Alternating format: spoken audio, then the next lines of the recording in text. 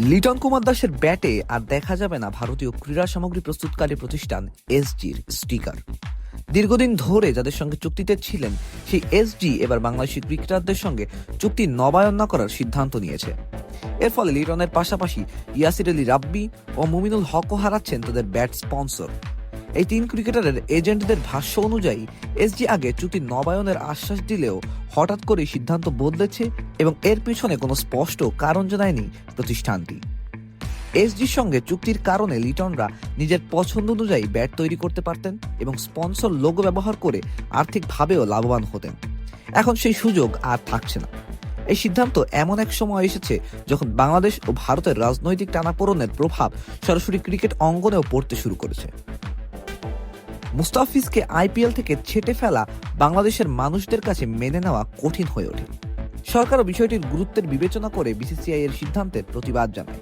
এরই ধারাবাহিকতায় দেশে আইপিএল এর সম্প্রচার বন্ধের প্রজ্ঞাপন জারি হয় এবং একই দিনে আন্তর্জাতিক ক্রিকেট কাউন্সিলকে ইমেইল করে ভারত থেকে বাংলাদেশের ম্যাচ শ্রীলঙ্কায় সরিয়ে নেওয়ার অনুরোধ জানানো হয় বিসিবির পক্ষ থেকে।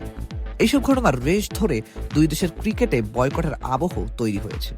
এমন পরিস্থিতিতে ভারতীয় একটি প্রতিষ্ঠানের স্পন্সর বাতিল বা চুক্তি নবায়ন না করার সিদ্ধান্ত নতুন করে উত্তেজনার ঘি ঢালার মতো কাজ করছে। বাংলাদেশে ভারতীয় ক্রীড়া সামগ্রীর বাজার বেশ বড়। ক্রিকেট ও হকির অনেক সরঞ্জামই ভারত থেকে আমদানি করা হয়।